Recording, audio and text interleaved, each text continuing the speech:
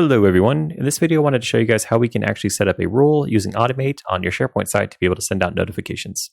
So let's say that you wanted to get notified or someone else wanted to get notified once a new record was entered to a particular list or different lists. All you have to do is come over to the relevant list and come over here to Automate. Then come over here to Rules. Then if you go over to Create a Rule, you can go ahead and choose when you want that rule to take place. So whether it's when an item is modified, created, deleted, or a date is approaching. So for us, we could just say that we wanted a new item is created. And then I already created this because I actually filmed this video previously, but the email was taking too long to go through. So you would just go ahead and you set up who you want the email to go to. So you can either make it dynamic. So whoever the created by user is, whoever the modify it is, or you can add a particular user.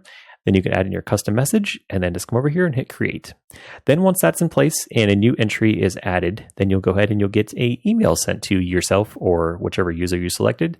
And then this is what the email looks like. So I added this new entry here not too long ago, Bradley Pitt 2. And then you can see here that it says that myself, because I was the one that created it, or whoever the user was that created it, added, and then the name of the title of that entry.